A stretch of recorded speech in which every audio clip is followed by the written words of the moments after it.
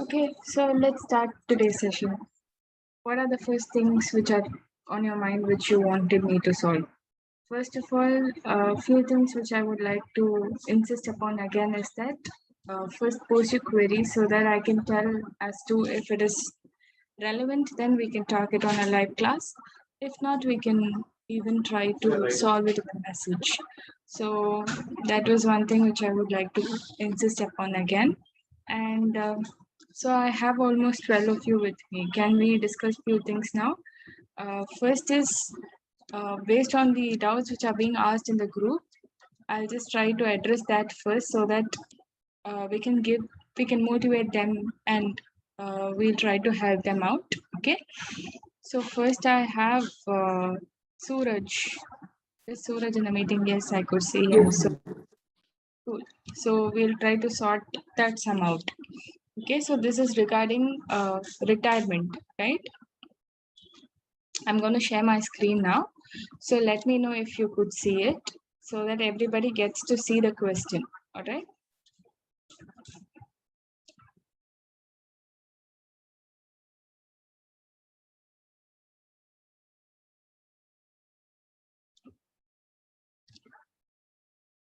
So my screen is visible, right? Yes, ma'am. Great.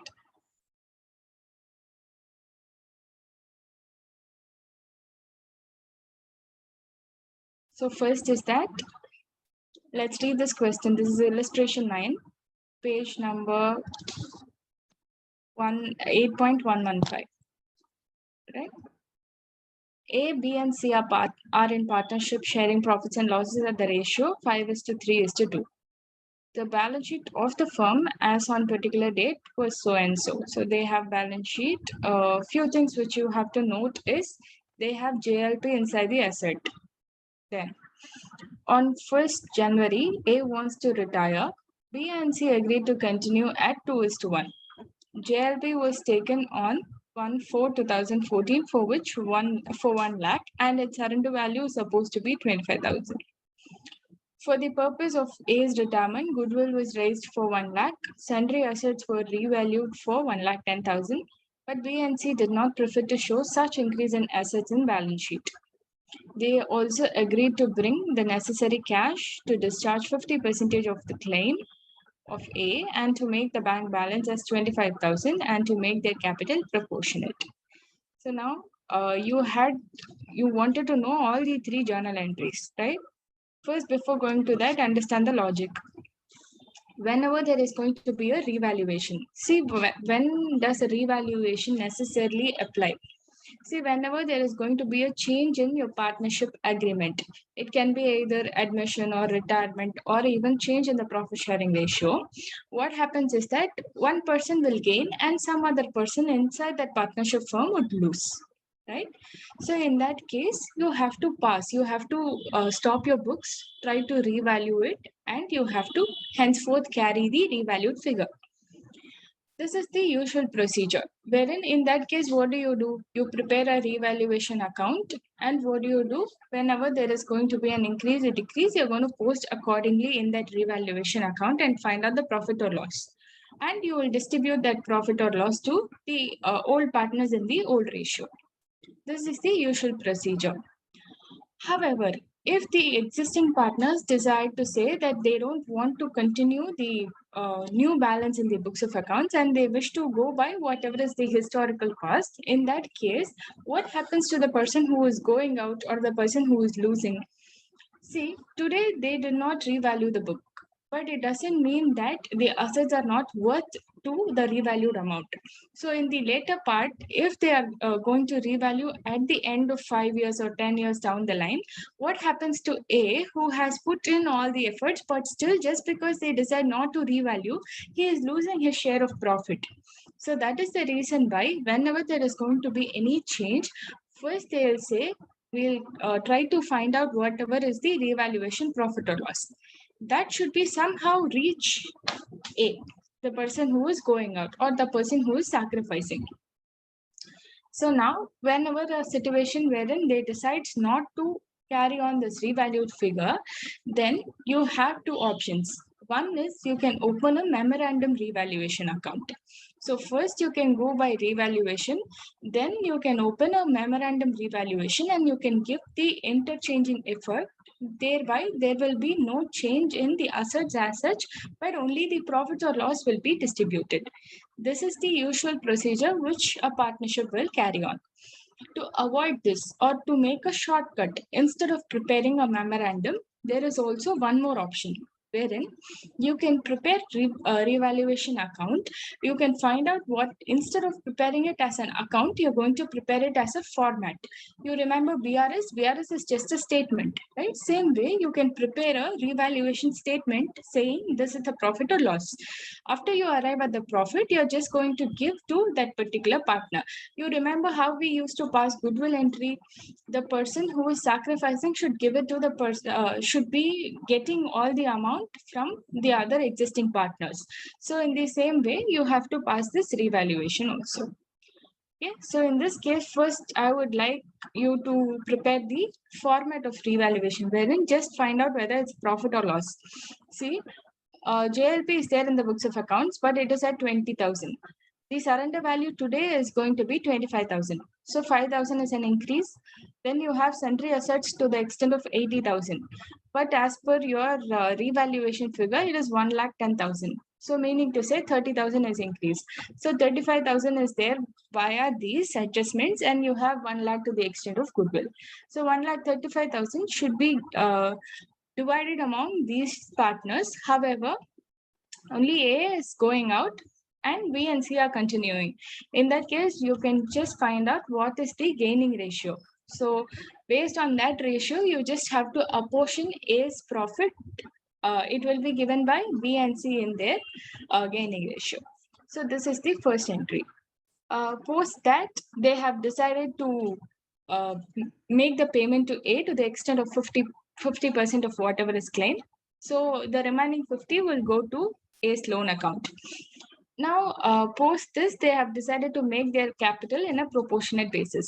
So I would request you to, if at all you are following a particular procedure, I'm totally okay with it. If you're not following any procedure, then let me take you through one of the usual calculations which I used to teach my students, or I used to do when I was a foundation student. All right. Whenever a sum comes on capital proportion, first I'll find out what is the amount which is required to be brought in. In this case, say bank is in balance sheet at 10,000. Okay. Post that, you need to find out how much is the amount which is payable to A. In the sum, if you could see, 50,000 is his capital, and then there is going to be a credit of 67,500. Okay. So post this, you have to find out what is the total amount which is payable. So it is 67,500 plus his capital of 50,000. So put together 1,17,000 is 17,500 is supposed to be paid to A. Out of that, they have said 50% will be by cash, which is settled immediately. So find out 50% of 1,17,500, which is 58,750. So now you have the amount which is to be paid to that particular person. Okay. So now you have to find out what is the bank balance which would be available. See, they have said post making all the adjustments, they wanted 25,000 as the balance. So now openingly they have 10,000. Then they are making a payment of 58,750. So what will happen to the closing balance? It will be negative of 48,750. Is it possible to make a payment when you do not have cash? There is a concept called current account, wherein you can make the payment and later on you have to pay it to the bank. So all that is possible. So now 48,750 would be the balance in your bank. Post that, you have to find out what is the balance of these two partners. So if you take the capital, which is 40,000 and 30,000 for B and C respectively, then you have to pass this journal entry wherein 49,500 and 18,000 are being debited. In that case, what would be the balance? Can you tell me, Suraj? If these journal entries are being passed, the first entry is being passed, can you tell me what is the closing balance of B and C?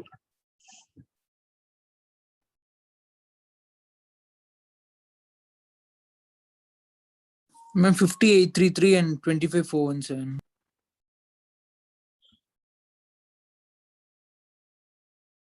I'm asking you, you have a total of 40,000. Okay, we'll first complete B. And you're making a payment of 49,500. So what would be your closing balance? 89,500, ma'am. It would be negative to the extent of 9,500. 40,000 less 49,500, it is going to be minus 9,500. Okay. Suraj, is that okay? Yes, ma'am. Now can you tell me the balance of C? I have 30,000 and I have to pay 18,000. So what would be my closing balance? 12,000, ma'am. Beautiful. So whenever you have to make a proportionate capital, I want everybody's attention, okay? Proportionate capital.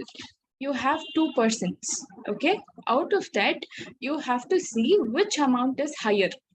Now, Suraj, will you tell me 9,500, which is a negative, or what is the other one? 12,000, which is higher? 12,000, ma'am. So you're going to stick on to 12,000. Okay. Then you go to what is the agreed ratio. New ratio is supposed to be 2:1. So now if 1 is said to be 12,000, then how much would be 2?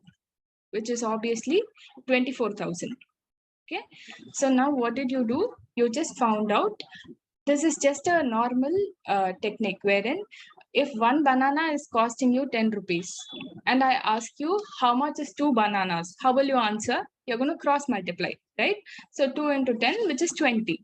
Same way, you're going to apply this ratio wherein if 1 is said to be 12,000, then how much is 2? So it is going to be 24,000. So B should have 24,000 and C already has 12,000. In order to have 24,000, how much should we bring in? Because his amount is in negative, right? So he has to bring 24,000 plus 9,500, which is, Suraj, which is what is the amount? 24,000 plus 9,500 put together, what do I get? 33,500, ma'am. Beautiful. So 33,500 is supposed to be brought by B alone. Okay. So now you remember the bank calculation. What did we say? Out of so we said 48,750 is there, plus I need 25,000 also. So can you add these two? So 48,750 plus 25,000. What is the total? 73,750, ma'am. So out of the 73,750, the portion which we have arrived before by B. So can you deduct that amount? So it's, I remember vaguely that 4250, ma'am. very good. So out of 73,750, the first portion, which is going to be 33,500, will be brought in by B alone. The remaining portion, which is going to be 40,250, it will be brought by B and C in their ratio. So which is going to be 2:1. So if you could compute 40,250 in 2:1, B will get 26,833 and C will get the remaining, I guess, right? 13,416. Beautiful. So the total amount which should be brought by B would be 33,500 plus 26,833. So put together 60,333. The remaining 13,416 will be bought by C. Yes, ma'am.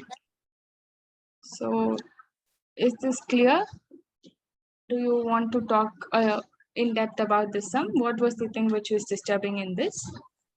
Ma'am, actually for calculating into debit, instead of minus 9,500, I kept it as 89,500, ma'am. That was the issue, ma'am, and now it got clarified, ma'am. Okay, very good. Done. So can we move on to the next sum?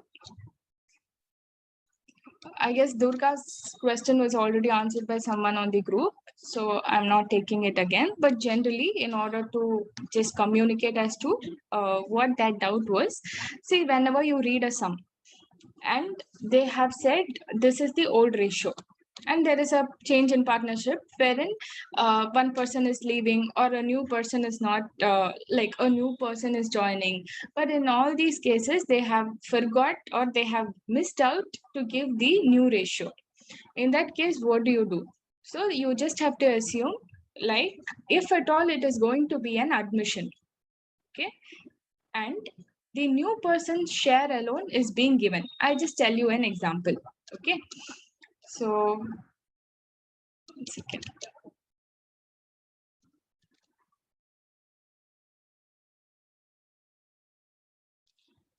So I assume A and B are partners and they are sharing profit and losses in the ratio equally. So we'll say 1:1.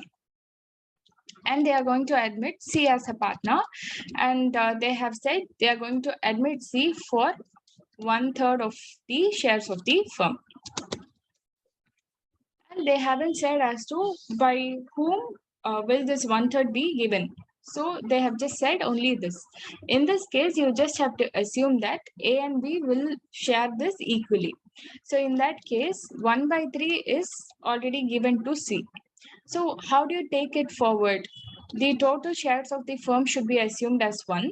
Out of that, 1/3 is already given. So what is remaining? 2/3 is remaining.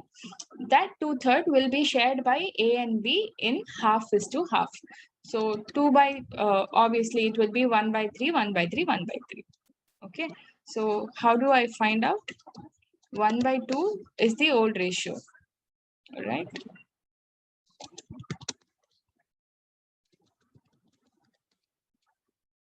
So total firm's share is going to be 1. Out of that, 1/3 is already given. So I have to assume whatever is given, I have to take it out. So 1 minus 1/3.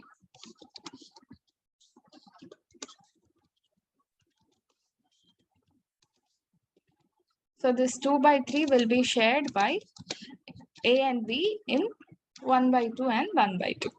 So he'll get 1/2 into 2/3, which is eventually going to be 1/3. So this will be the new ratio. Okay. Durga, is that okay? Yeah, ma'am. Okay. Clear, ma'am. Okay, super. So the next question which I got was regarding forfeited shares. So out of this, can we first understand what that doubt was? I don't have his name. So who asked about this illustration 15?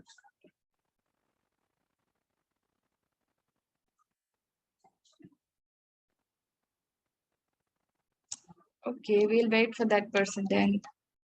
Then journal entry for interest payable.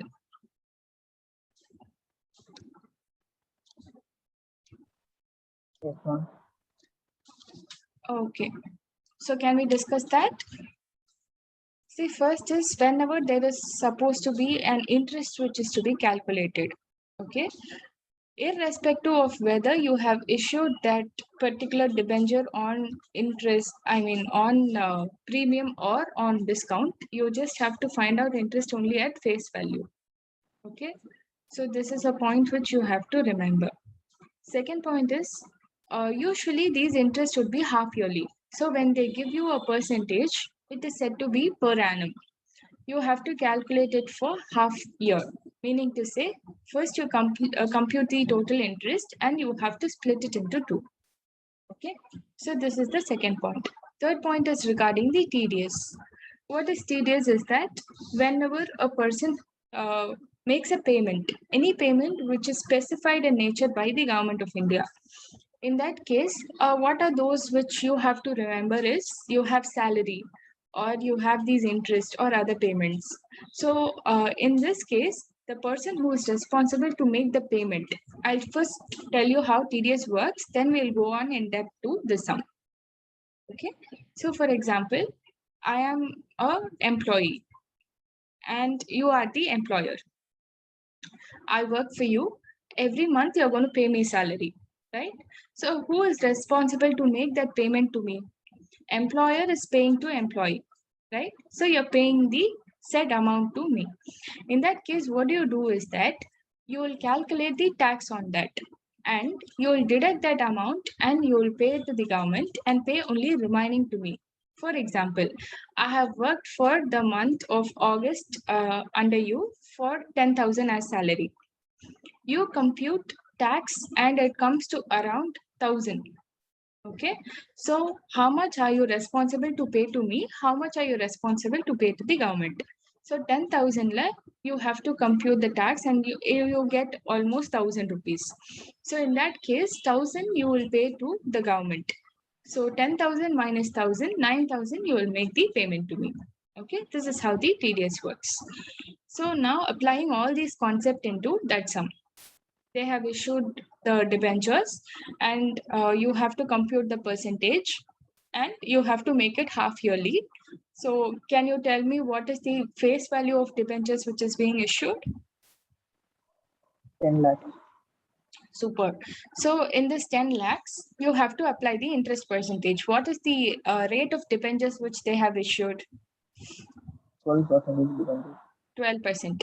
So 10 lakhs la 12% panna evlo varudhu? 1,20,000. 1,20,000. நம்ம என்ன பார்த்தோம்? Debentures எல்லாமே half yearly interest வரும். So you just have to make half payment in during that particular half year. Okay va? So adla half பண்ணேனா 60,000. இந்த 60,000 வந்து say you are a company. கம்பெனிக்கு expenses எல்லாமே you have to debit. இன்ட்ரெஸ்ட்ங்கிறது it's like an expenditure. அதனால you have to debit it. Debenture interest account to the person to whom you're going to make the payment. நம்ம என்ன பார்த்தோம்? You will first find out the TDS amount. அதுக்கப்புறமா அதை minus பண்ணி மீதி இருக்கிறது தான் you're going to make the payment to the debenture holder. So இதுல they have said questionல 10% is going to be the TDS amount அப்படின்ட்டாங்களா? So whatever is the payment 60,000ல 10% should be under TDS. அதுக்கப்புறம் மீதி இருக்கிறது you can pay to the shareholders, debenture holder. ஓகேவா? In the question ஓகேவா? Can we move on to the next one? Okay, ma'am, but half year and full year there is the same interest, ma'am. Half So year debenture and holder. full year? There is same interest for debenture holders, ma'am. Hmm. In 36 half year, also 54,000 for debenture holders, and the year ending also 54,000 to the debenture holder. That is the comment. இப்ப பாருடா 12% கொடுத்துட்டாங்களா? பெர்சன்டேஜ்ல ஏதாவது change இருக்கா? PNR by 100 இதுதானே இன்ட்ரெஸ்டோட general formula மேக்ஸ்ல படிச்சிருக்கோமா? அதுல principal is 10 lakhs, rate 12%. இது ரெண்டுலயுமே change கிடையாது. கரெக்டா? சோ என்டையர் இயருக்கு 12% per annum. கரெக்டா? சோ அப்போ entire year is going to be 12 lakhs. 12 lakhs எவ்வளோடா வருது? 1,20,000. 1,20,000. இந்த 1,20,000ல we are going to give it as half yearly. So அத ஒரேடியா உனக்கு 1,20,000 கொடுக்காம பிரிச்சு கொடுக்குறேன். அப்போ obviously நீ divided by 2 பண்ணனா ரெண்டு டைமும் உனக்கு ஒரே அமௌண்ட் தானே வரப்போகுது. Okay. Okay, clear, ma'am. Thank you. ஓகேடா. அடுத்தது இது இப்போ other people who have joined. So we'll discuss your doubts now. I have another 4 to 5 minutes we can spare. So tell me, what are the other things which you would like me to talk about? Happy evening. Happy evening, dear. I have a doubt in ICA studying with you, ma'am. Okay. Ma'am, how to calculate the closing stock in this question, ma'am? Shall I read the question, ma'am? Can you post it in the group so that everybody can go through that and then we'll try to take it up in the next class? Okay, ma'am. Sure. Because if there is a conceptual thing which I have to explain, I can explain it immediately. If there is a sum, then I would request everybody to go through that, and if at all it is possible, I can solve in the group itself. That's it. Okay, ma'am. Okay. So conceptually, you want something else from me? No, ma'am. Thank you. Okay. So anyone has any other issues with concept? Ma'am, I have a doubt, ma'am. Tell me, dear. Ma'am, what is mean by goodwill is paid privately, ma'am? It means it's out of book entry, dear, wherein they wish to take it like illegally. இப்போ booksலே கொண்டு வராம they are trying to settle down between the partners. So you need not pass any entry for that particular transaction. Okay, ma'am.